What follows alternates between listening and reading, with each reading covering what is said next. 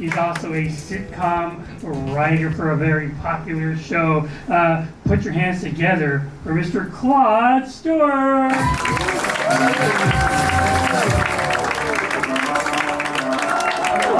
Guys, thank you so much for clapping until we made it to the mic. Hell yeah!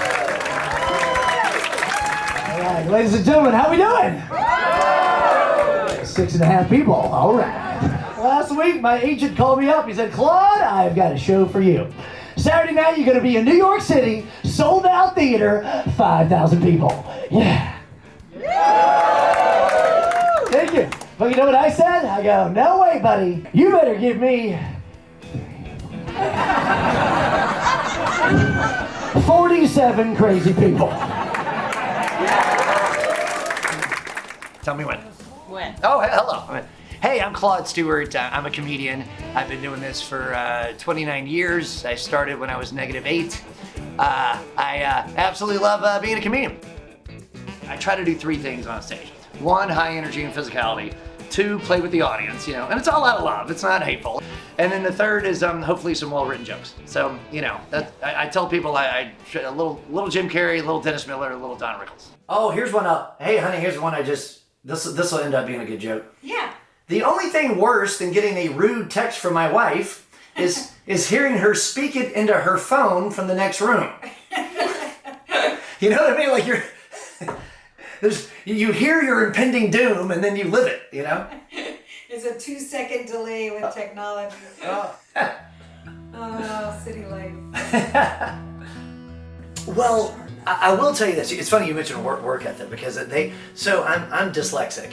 And I was always told, son, you gotta work 3 times as hard as the average kid. But I'm glad that they told me that because it kind of lit a fire. It made me think, okay, I do have to work hard. And that is a huge part of it. They were always supportive in the beginning, like, hey, you're funny, we'll come to your shows. And then when it's like, you're making this much? And I'm like, well, I'm just starting. When you start, there's no money. And then eventually there is, of course, Like a lot of you lovely ladies here tonight, my wife is a West Coast woman.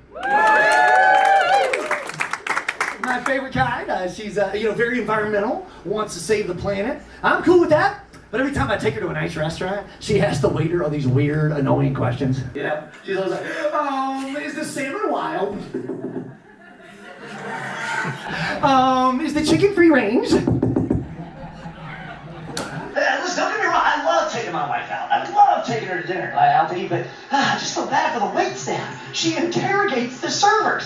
This is a true story, man, okay? We had a lovely waitress. She was so sweet and so patient, and this is exactly what she said. She goes, would you like some iced tea? And my wife said, and I quote, okay, is your iced tea freshly brewed, or is it from a gun?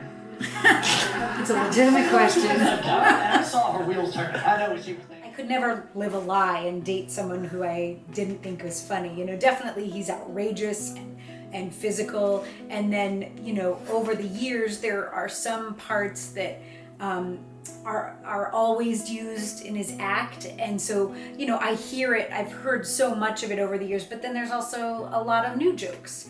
And I'm also the butt of a lot of new jokes, but that's inevitable, and you have to take your material from life. He's definitely a workaholic, and I think in his business you need to be, or if you're constantly working, you're also constantly looking to get the next gig. My wife's smart. She's super smart. She said to me recently, she goes, oh my God, what are we gonna do if our child grows up to be a genius?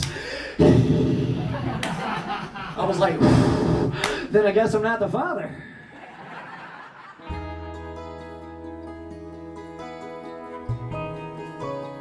His humor is very immature.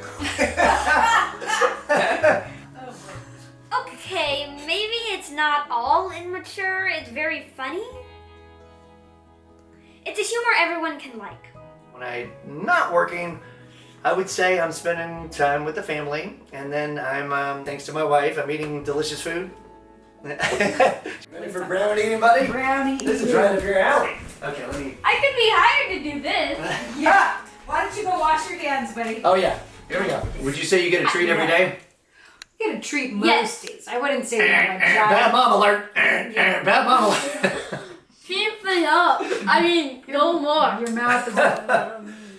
I'm kidding. She was a wonderful mom. I have a feeling like even if he does a ton of writing or movies or whatever else he goes on to do, that that live audience in a club, you could do that till he's 110 and still want to do that, and he probably will be. There's no retirement age for that, really. So.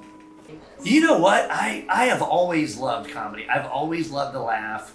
People ask me sometimes, why do you do this? What's the best thing about comedy? And this is absolutely true.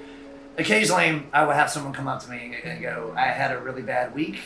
Either I lost someone, or I lost a job, or something really bad happened to me personally, and I didn't think I was going to laugh. But you made me laugh. You made me forget about my problems, and thank you. And that's exactly what I do. I think it's the best therapy,